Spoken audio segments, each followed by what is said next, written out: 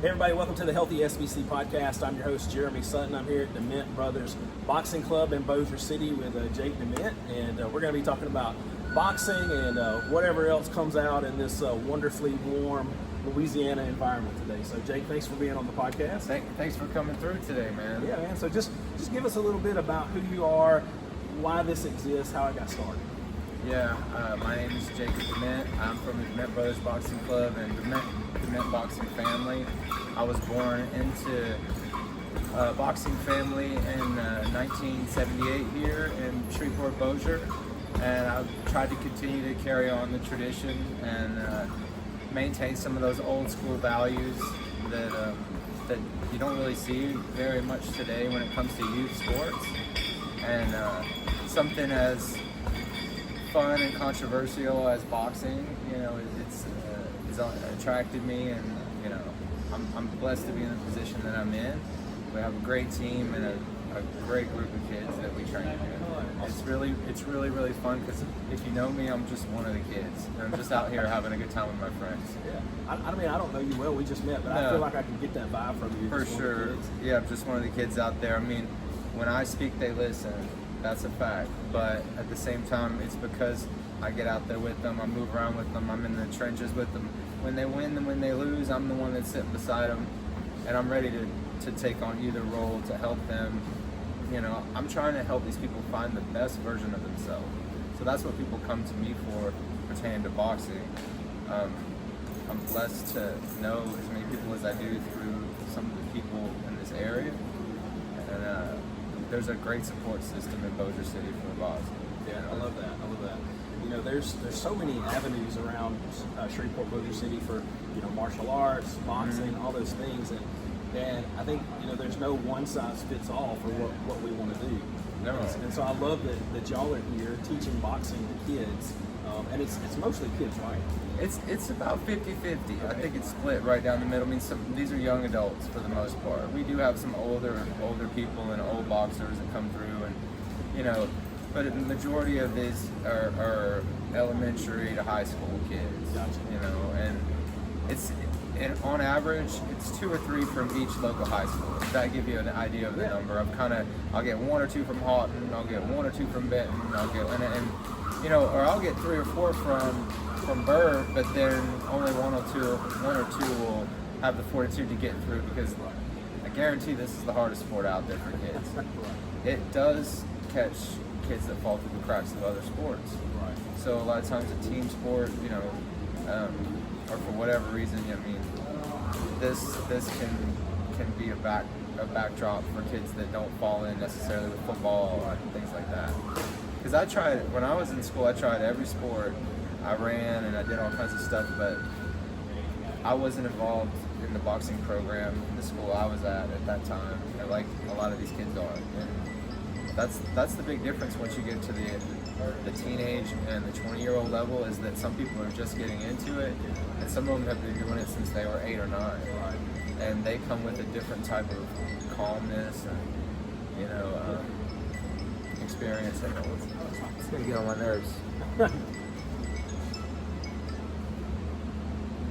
What's up, Christian? I'm doing a podcast. What are you doing? Coach Bill, come talk to Christian. He's calling your phone while I'm doing this interview. He's right here. The phone was ringing. Sorry. No. That's Christian. That's a kid from Benton. Amazing boxer. A great story. I mean, every one of these guys is a great story. Gotcha. And I play different roles in their life, and it's a lot of looking out for these guys, and I have a whole team behind me to help me. So. And so many kids don't have anybody. Right, and a lot of them lack strong male role models, and a lot of them come from different type of home lives, and boxing caters to everything. It doesn't matter how much money you have. It doesn't matter what your race or religion is. It's like even playing field. And I feel like one of the great things about boxing clubs in general is that you're going to get someone that might be on 2 different sides of the law, 2 different people might have a conversation that they would never get to have in any other setting than this. where, you know, the guards let down and we can actually, you know, we train firemen and police completely for free. So they come through here, and I love having them here. It just makes it feel safer, you know, having police and firemen around. I've always had great respect for first responders. My dad was a police officer, so I grew up watching, you know, him jump up in the middle of the night to go handle. I mean, as a kid, I got to ride along in the car, so I saw a lot of stuff. And man, I have the most respect for police and fire. So we are involved in Battle of the Badge, and we train those guys for free, and we love the police and firemen that come through here. And now they get to interact with the community, not in an emergency situation, but in a much, and man, they'll talk shop about boxing for hours. Right. They'll sit up and talk. You should hear these people talk about Tank Davis and Terrence Crawford. I mean, it's like you think it was Babe Ruth and Lou Gehrig, the way you, and I don't know. I really like. I like that whole vibe up here. Yeah, I think that's good to offer. You know, one, offer first responders training for free, but then two, to have them in here with kids and young adults that maybe not get to interact with police officers and firefighters on a normal daily basis, and say, okay, hey, these are just people. They want to help us. They're here to serve the community, and let's interact with them. So Yeah, I like that aspect. it's a healing place, and really, like I said, people come here to find the best version of themselves. Right. And that's really what I like to try to do. I also get to find leaders amongst all these guys, where I get to pull out one person, and that person I can work with and teach them how to work with a large group of people. Right. And now I have 4 or 5 different people leading, you know, and that's powerful. Kids that weren't going to get an opportunity to lead somewhere else. Right. And they walk in here and they get love and respect. Right. And outside in the other world, it's different. So this is a sanctuary for them, and it's a challenge, because ultimately you're competing against yourself. Right. Once you agree to start boxing, you're ultimately fighting one person. That's just you. It's just the guy in the mirror. Yeah. So you have the job to be a little bit better each day. And if you do that each day, whether it's a little bit or a lot, you're moving in the right direction. Yeah, and it's a lot of repetition, muscle memory, and it can even come off boring learning it, because why am I throwing this hand, stepping right for 9 minutes? It's like, but once you realize, when I'm in there fighting, I don't have time to think. I've got to go off what my instinctive training is.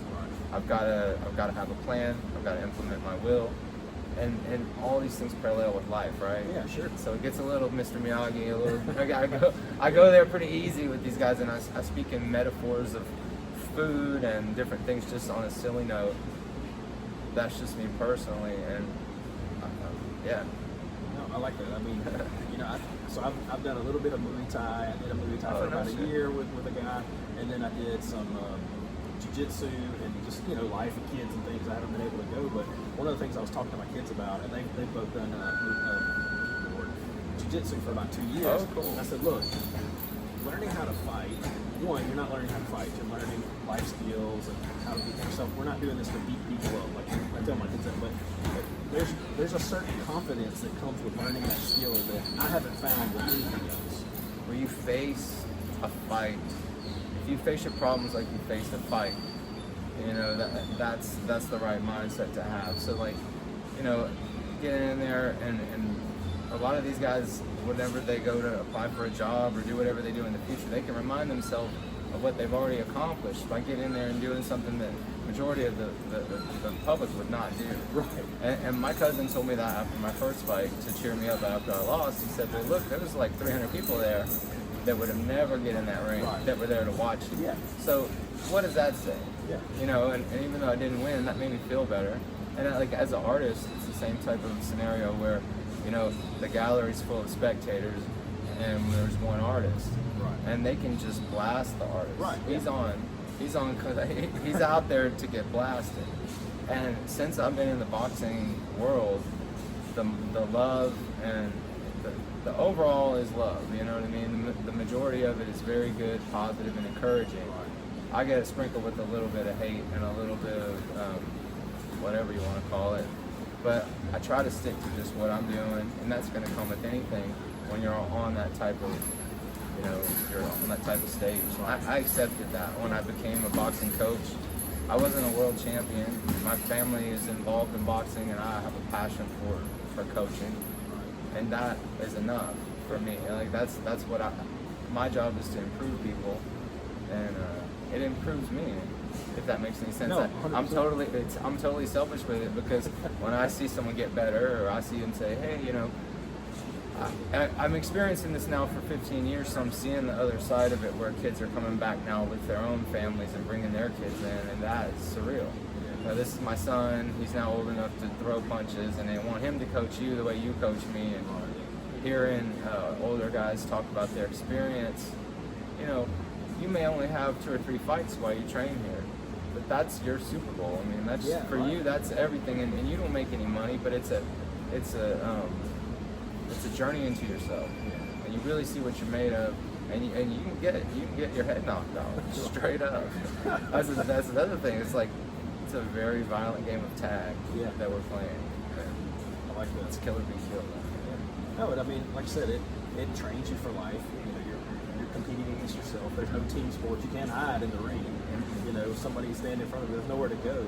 And so I like that, because that's how life is. And you know, you talk about as an artist, you're on a pedestal. Everybody's there to blast you, and same thing here. So anytime in life that you try anything that's abnormal, or you try to go for something higher, you're on blast. You're in front of everybody, and people can say, "Oh man, look at Jake, look at Jeremy. They failed at that." Well, yeah, but they didn't try. Like nobody else tried that. Right. And so you at least tried. Guess what? You failed maybe, but you learned on it. You can't fail if you're not trying. Right. Well, that's like me and my boxing riverboat event.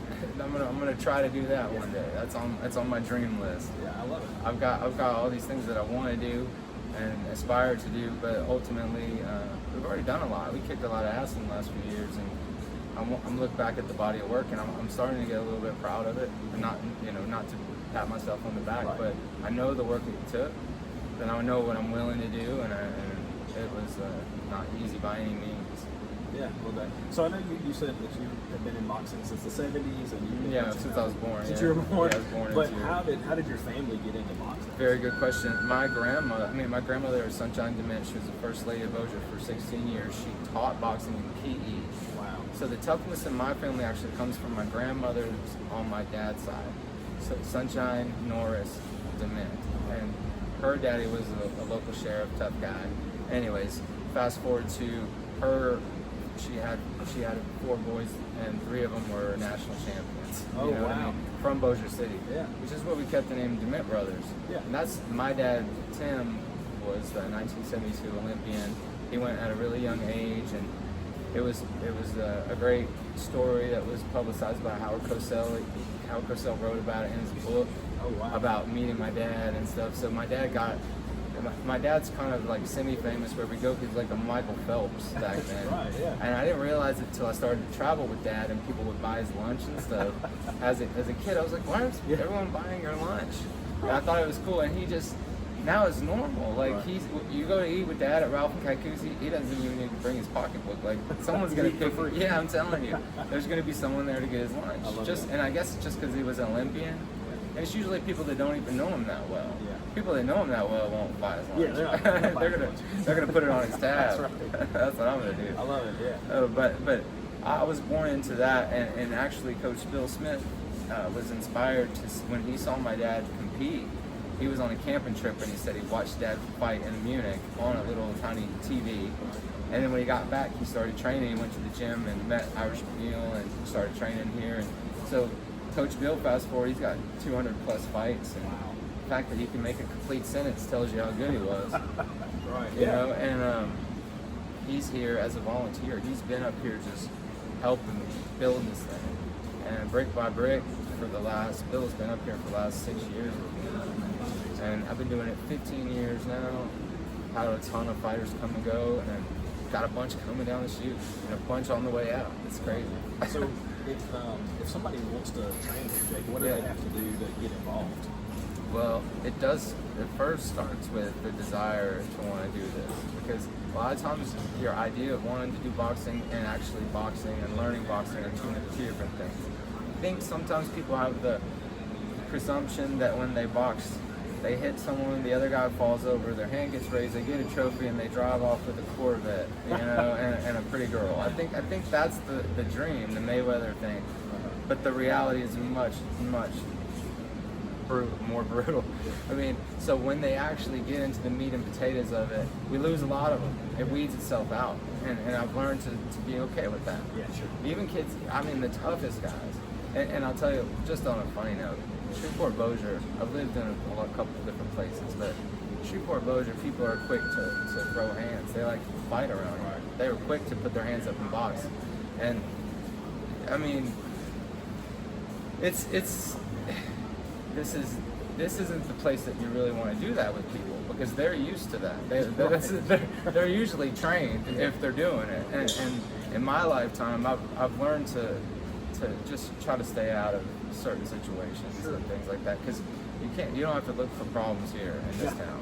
It's right here waiting on you if you want it. So keeping the peace is a big thing about doing this. I mean, there's no ego with what I'm doing. I'm not going to tell you I'm the greatest coach of all time. Sure. But I doubt anyone has the passion that I do. So knowing that's all I need to know. Yeah. You know, and I get to learn as I go. I'm still a student. So how do kids? Oh, you asked me a question. I'm sorry, I drifted. No. You went through most of it. So how does somebody come in if they want to get trained? Well, what's up, man? Hey, how you doing? Well, they contact me. They come up here. They try it out. We see if it's a fit. A lot of times when they do that and they jump rope for 3 rounds, and then they say, I don't know if I really want to do that. That's not the image I had of this. That was my point, yeah. So it's hard work. Once you realize it does take a little hard work, and that, you know, they get in here, they get good enough to spar, they do a registration so that they have their insurance, so that they're covered to do it. Everyone that actually boxes up here is covered through USA Boxing, and I make them get their passbook. That keeps me, you know, so if anyone does get hurt, I've never had anyone, knock on wood, but you never know. It's a very tough sport. People they're punching you. So once you do your online registration, you start sparring, and then if you want to actually get onto the boxing team and compete, you would want to fight in a smoker event or a sparring event, maybe in front of a crowd that's not cheering for you, and get a feel for that. Usually that's a prerequisite to make the team. Once the guys do that, if they do a good job in a small, we go to Marshall, which is D-Rock's gym, Doug Cranston's gym.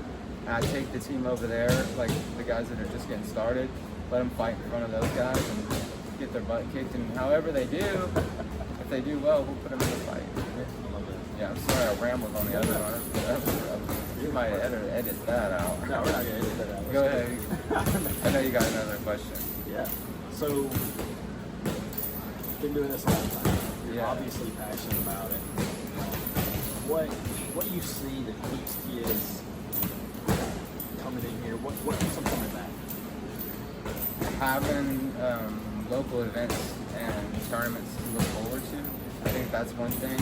I think having good pro fighters around that are making a statement nationally. Like there's been a handful of guys between Mississippi and East Texas that have gone up to the national stage, and they're about to cross over professionally, but they've represented themselves really well, and they've kind of shown these guys what it takes to get signed by a big promotion. And ultimately, everyone wants to get signed by the highest promotion, and the professional game to me is not something I'm that interested in. I'm more, like I said, just working with the benefits of through the youth and through USA Boxing stuff has always been my main thing. The pro stuff comes with it, and some of these guys will go pro, and we have them from here and there, but that whole game to me is it's really different. And it's been, those laws and rules have been established long before me. Same, it's something where I don't have a lot of control over what's going on, so I don't feel comfortable sticking my neck out. But I think if we got more kids involved in boxing here, and like just in Shreveport, there's a few national champions. They've gotten no recognition, like the Dodson twins, they train out of the Shreveport Boxing Club with Coach Donnie Jackson. And no one even knows that I believe it was 2023, we had 2 twin brothers that were national champions in Shreveport. It didn't make the news or nothing. No one knows. Yeah. I believe it was the Junior Olympics. But if those were my guys, I would have been out there with Hollywood cameras and everything I could have got for them. But I'm sad for the Dotson twins, because Shreveport should get behind them. Because if we invest in that kind of thing, then we get the big Conor McGregor energy, and down the road you get someone that wants to give back to the community and that's proud to be from here. You want these guys to fight and say, I'm from Shreveport, not fight out of Houston, but we're born in Shreveport. You want to be proud to be from here. Or maybe keep working with these guys, and that happens. That's definitely aspirations, and I love your riverboat idea. Yeah. Maybe somebody can get on the board with that. Jake wants to have a fights on the Red River with a riverboat platform. Flatboat, definitely. Flatboat. Let's do that if you can help. Yeah, right there, either under the Bukowski Bridge or under the train trestles right there by Cyport. Yeah. I can see it. And we could get sponsors, banners up there and do a free show right there on the river. 50 Cent, holler at me. Hey, Hashtag 50 Cent. Yeah. Holler at me, let's do it. Awesome. We were talking about these are big ideas. Yeah. Awesome, Jake. Well, thank you so much for being on the podcast. I really appreciate it. Hey, I appreciate you, man. Thank you for your time and your support. Yeah.